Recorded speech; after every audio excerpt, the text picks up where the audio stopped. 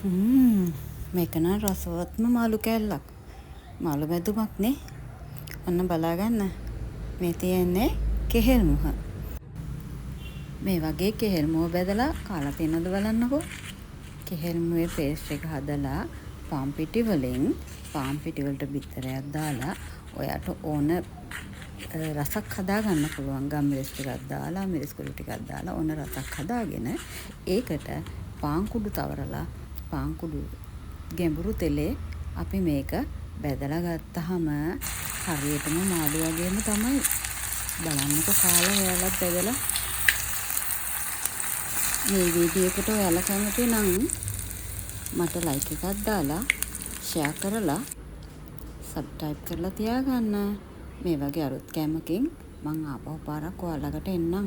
මම follow up කරන්න අමතක කරන්න එපා. thank you ඔයාලට. සුබ දවසක්.